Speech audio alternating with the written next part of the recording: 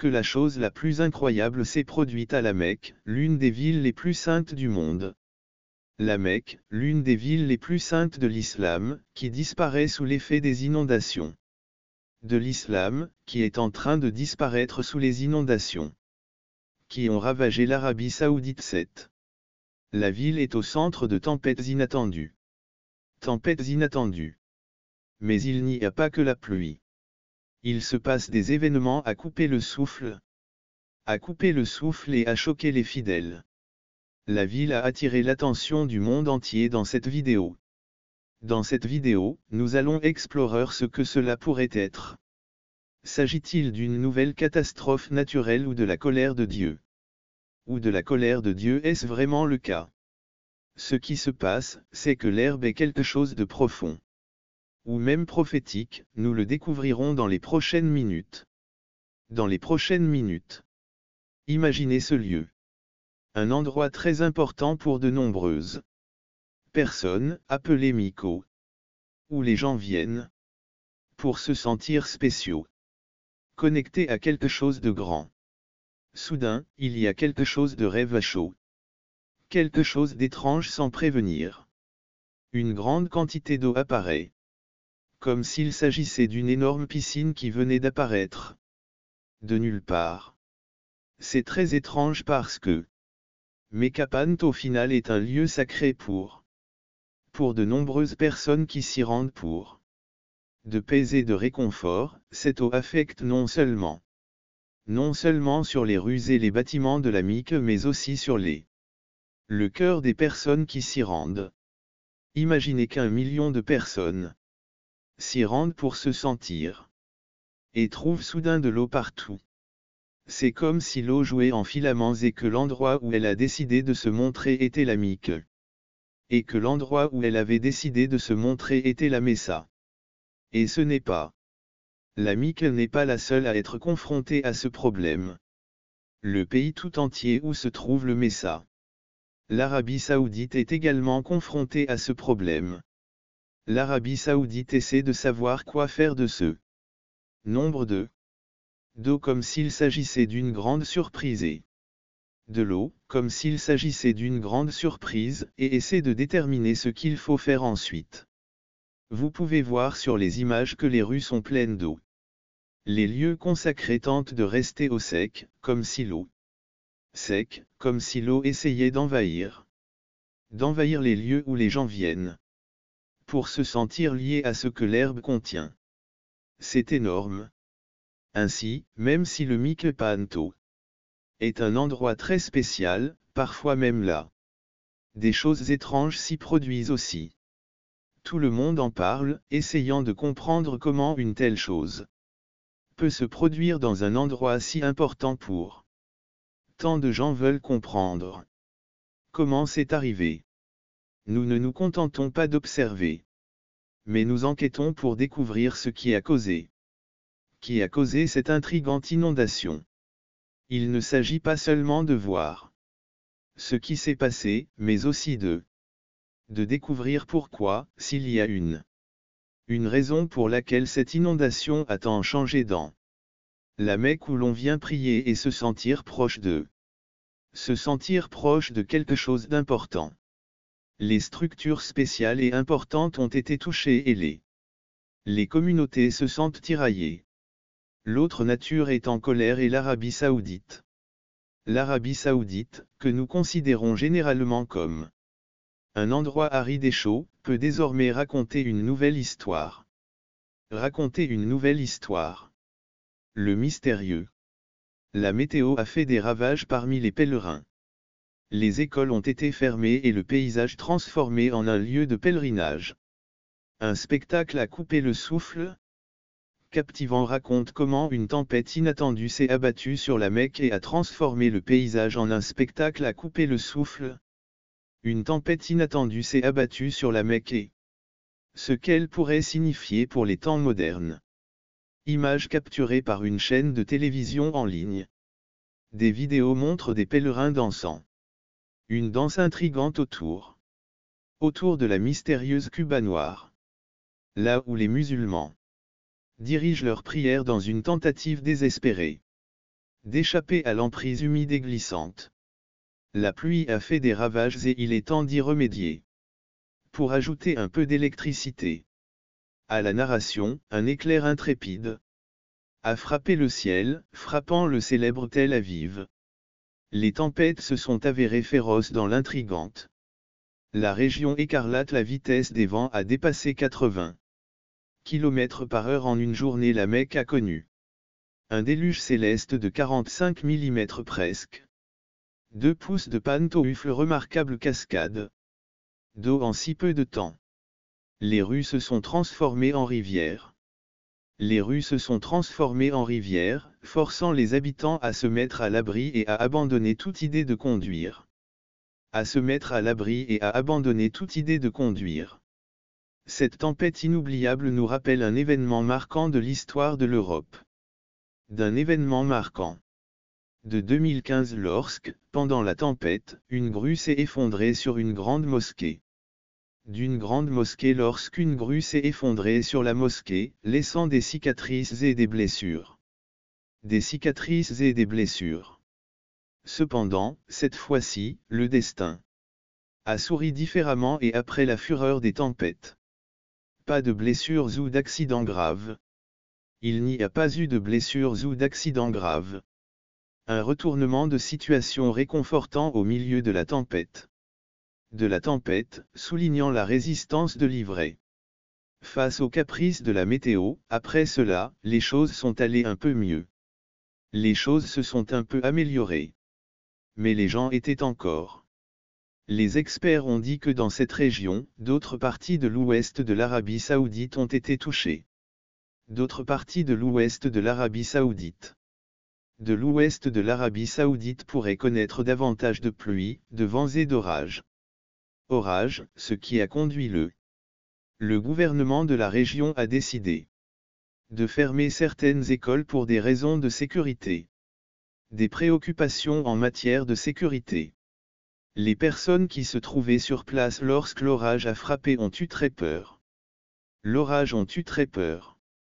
Un homme nommé Abu Maya a déclaré que tout est devenu noir, qu'il a perdu le chariot au-dessus de sa voiture et qu'il s'est senti très mal à l'aise. Voiture et s'est senti très confus et a effrayé un autre homme.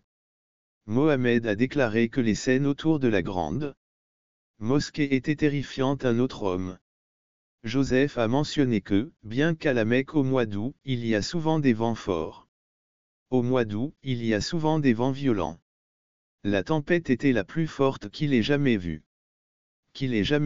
L'inondation a été comparée à une nouvelle inondation. Eh bien, les récentes pluies torrentielles.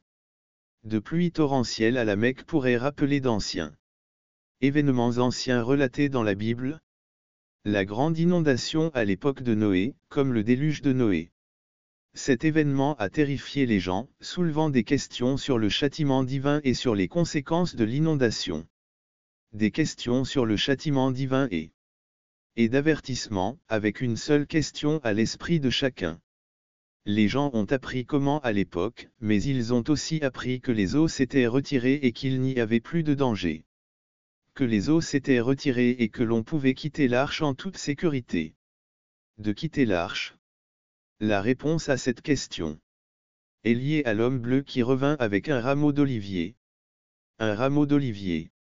Cet événement a été un moment important pour rassurer Noé sur le fait que les eaux du déluge se retiraient et que l'on pouvait quitter l'arche en toute sécurité. De quitter l'arche. Puis, à l'époque de Noé, un événement terrible se produisit, qui amena Dieu, en guise de punition, d'envoyer un déluge dévastateur. La Bible souligne que la cause de ce jugement était le péché endémique sur la terre. Le déluge représente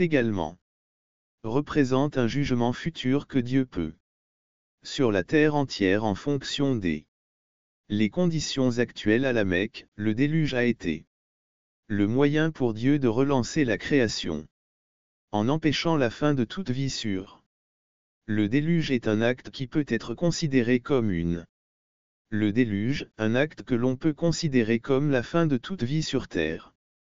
Littéralement toute vie sur terre, Dieu restaure sa création en la ramenant à un état qui rappelle le commencement. Lorsqu'il a formé la terre en faisant sortir de l'eau la terre et les animaux. De plus, dans le déluge, Dieu ramène, au moins symboliquement, la terre à l'état dans lequel elle était. La terre à l'état dans lequel elle se trouvait avant l'existence de l'homme. Cette mesure radicale est présentée comme une réponse à la décadence morale de l'humanité. À la décadence morale de l'humanité. La Bible nous dit que Dieu a décidé de punir cette déchéance par un grand déluge. Lorsque les eaux s'élevèrent au-dessus du niveau le plus élevé, la pluie continua pendant 40 jours et 40 nuits. Étonnamment, les chiffres ont continué à augmenter pour un total de 150 jours, ce qui indique la gravité de l'intervention divine. Ce qui indique la gravité de l'intervention divine dans la compréhension de la révélation. La Bible. Pourquoi Dieu a-t-il recours au déluge?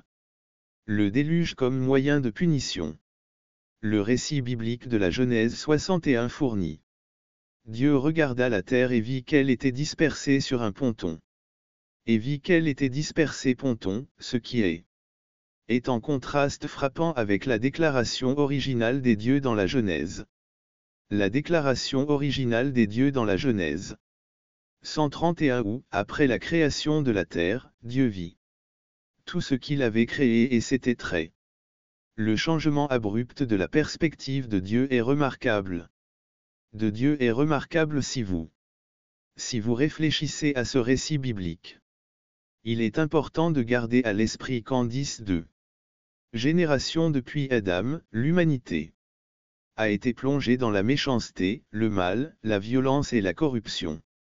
Corruption et, dans ce sombre scénario, seuls 4 hommes et 4 femmes. Seuls 4 hommes et 4 femmes ont été épargnés par le jugement divin. Ils se sont distingués en se soumettant au jugement de Dieu.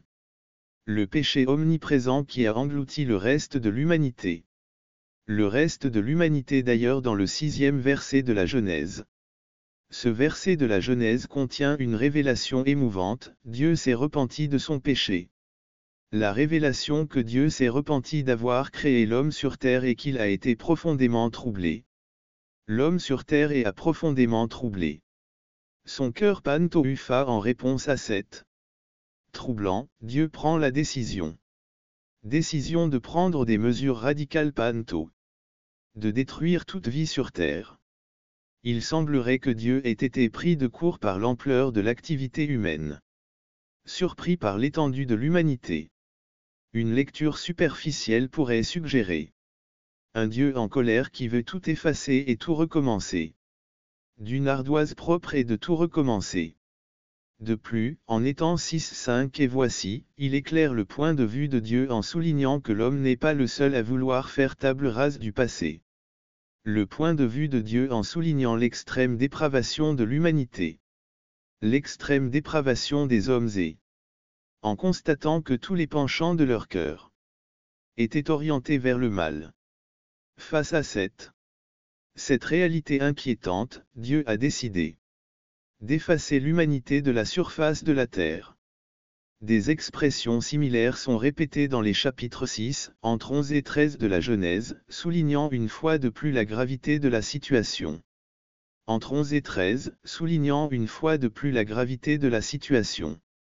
Face à la gravité de la situation, Dieu charge Noé de préserver ce qui reste de vie sur terre. Les restes de la vie sur terre, soulignant ainsi l'urgence des interventions. Interventions urgentes. Il semble que l'humanité a atteint un point critique. Au bord de l'autodestruction si l'on n'y met pas un terme. De mettre un terme au mal qui sévit pourrait conduire à sa destruction. Dieu, dans sa sagesse, a décidé d'intervenir et de mettre fin au mal généralisé de l'époque, de surcroît dans la lettre 614 de la narration va plus loin.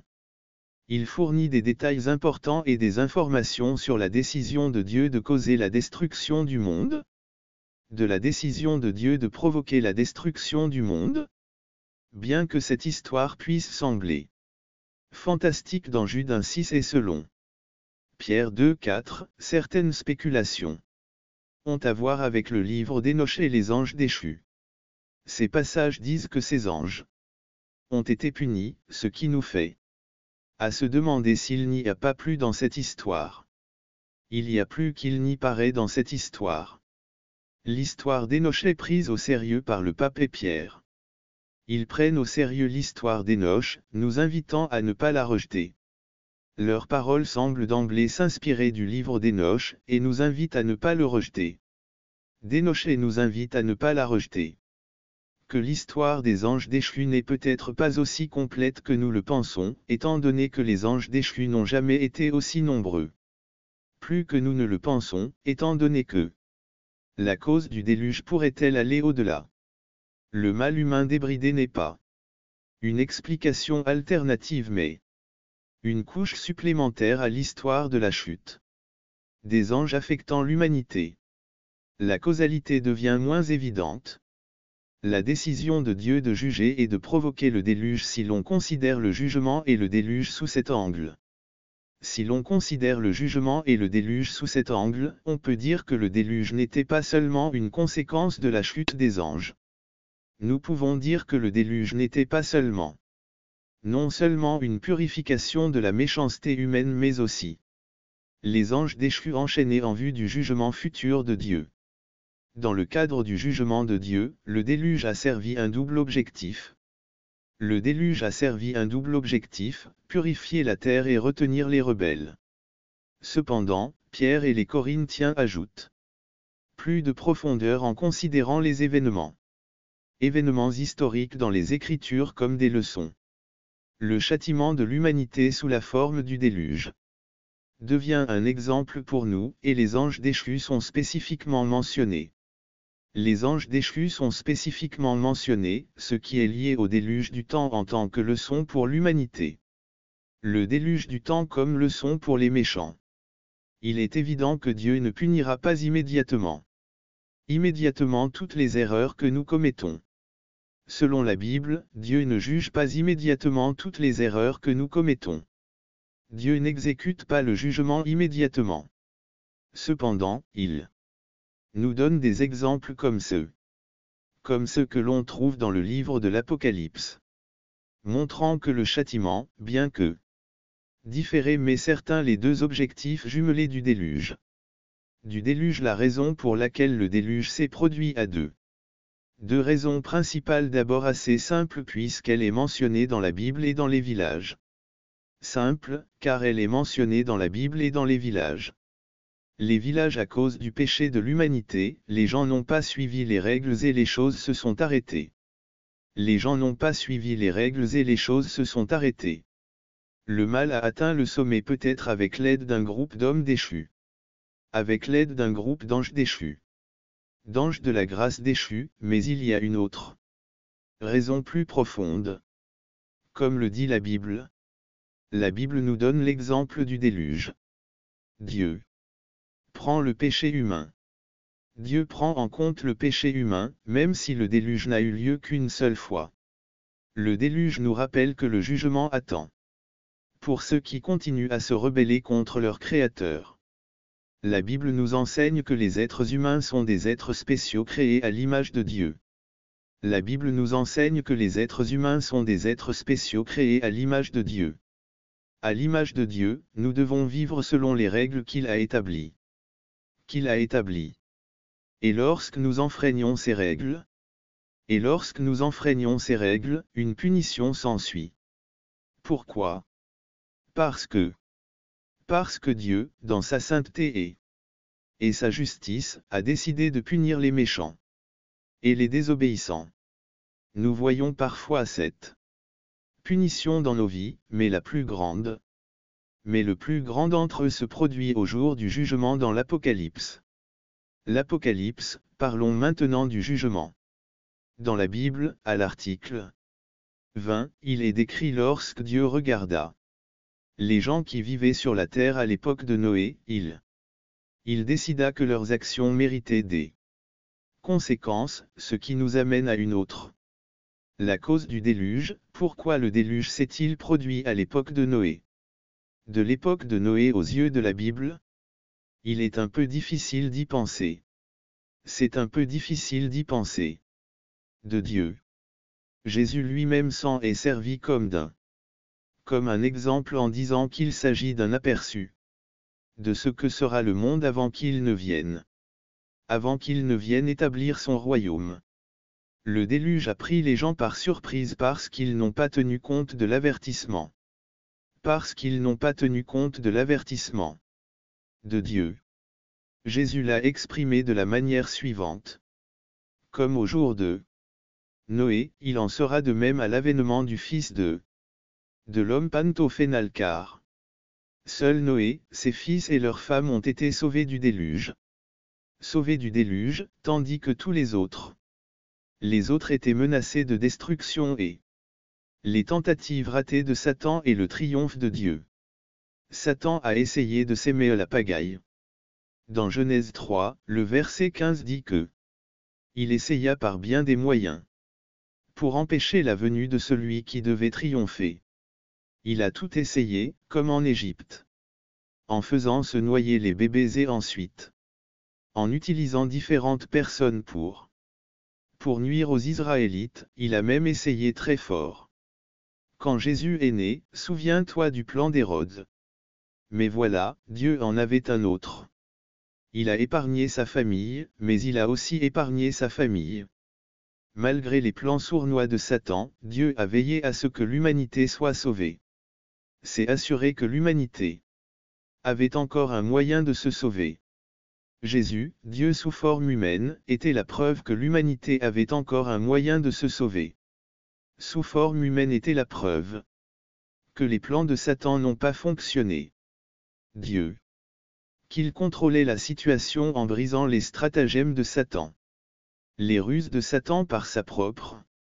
Les enfants de Dieu et le déluge qui. Ces enfants de Dieu. Différentes idées. Circulant parmi les anciens penseurs juifs. Penseurs juifs antérieurs, les interprètes chrétiens. Chrétiens et même les auteurs du Nouveau Testament. Qui avaient leurs propres opinions en matière d'interprétation angélique. Beaucoup pensaient que les enfants naturels de Dieu sont des anges. Cette croyance remonte à l'Antiquité. Cette croyance remonte à l'Antiquité et était acceptée. Cette croyance remonte à l'Antiquité et a été acceptée à la fois par les anciens juifs et par les premiers auteurs chrétiens dans les 6 RVS et le chapitre de l'existence. Chapitre de l'existence.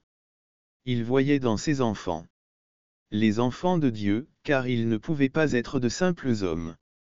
Être de simples hommes parce qu'ils ont eu une bonne relation avec Dieu seulement. Et sa famille était considérée comme juste. Les enfants n'ont pas été considérés comme de simples hommes parce qu'ils avaient eu une bonne relation avec Dieu. Ce scénario soulève la question de savoir si les anges peuvent avoir des relations avec les humains. Les anges peuvent-ils avoir des relations avec les humains? Est un sujet intrigant dont les gens discutent. Il s'est passé quelque chose qui a entraîné de si grandes conséquences, comme les inondations. Conséquences aussi graves que les inondations. En parlant de ces anges, nous pouvons comprendre ce qui s'est passé. Ce qui s'est passé. En regardant ce qui l'eau à Sodome et Gomorrhe, ils ont été transformés en une chair. Se sont tricotés une chair différente qui ne devait pas. Dans leurs histoires, ce qui a conduit au fait qu'ils ont été gardés dans les ténèbres, enchaînés. Qu'ils ont été maintenus dans les ténèbres, enchaînés. Pour le procès du grand jour, l'histoire de Sodome et de Gomorrhe est comme un signal d'alarme. Ils étaient unis dans l'immoralité et la saleté. Servant d'exemple de ce qui arrive quand on s'engage dans cette voie. De ce qui arrive quand on s'engage dans cette voie. La flamme éternelle et tout le reste. Dieu n'aime pas ce genre de comportement. Mais en ce qui concerne Dieu, même. Quand il va punir, il a de la miséricorde. Pensez au déluge. Dieu ne n'a pas gardé le silence, mais a prêché un sermon sur Comment faire ce qu'il faut de cette façon? La miséricorde de Dieu lors de l'inondation était disponible pour ceux qui étaient prêts à croire et à tenir compte de l'avertissement. À croire et à tenir compte de l'avertissement et à suivre la voie du salut lorsque les hommes se détournent de la miséricorde de Dieu. Le jugement de Dieu prend effet, mais Dieu suit le même modèle qu'à l'époque de Noé. Comme à l'époque de Noé, il avertit de ce qui va arriver et avertit de ce qui s'en vient et offre une issue. L'arche était alors le seul refuge. L'arche était alors le seul refuge aujourd'hui, c'est comme l'image de Jésus. Le Christ est le seul à pouvoir nous sauver de notre situation. Voici l'herbe et la noyade. L'Évangile apparaît. C'est comme la clé du salut. Le message dit que le Christ est mort pour nos péchés, a été enseveli, et qu'il est ressuscité. Il s'agit de faire confiance à Jésus. Croire au fait qu'il a tout fait pour nous. Qu'il a tout fait pour nous, qu'il n'y a pas d'autre. D'être sauvé que par lui. Il ne s'agit pas seulement d'entendre le message, mais il s'agit de rester ferme en lui. Lorsque vous faites confiance à l'Évangile, vous êtes sauvé. Vous êtes sauvé, mais cela doit rester en vous. Ce n'est pas quelque chose que l'on croit pendant un moment et qu'on oublie ensuite. Il s'agit de suivre le message que vous avez entendu sur Jésus.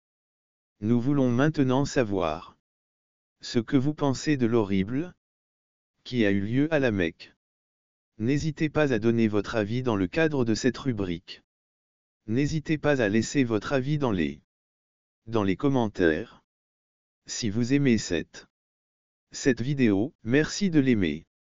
Et si vous voulez être pour rester au courant des prochains contenus, n'oubliez pas de vous abonner à la chaîne et d'activer la fonction d'abonnement. N'oubliez pas de vous abonner à la chaîne et d'activer les notifications. Merci d'avoir regardé cette vidéo jusqu'à présent.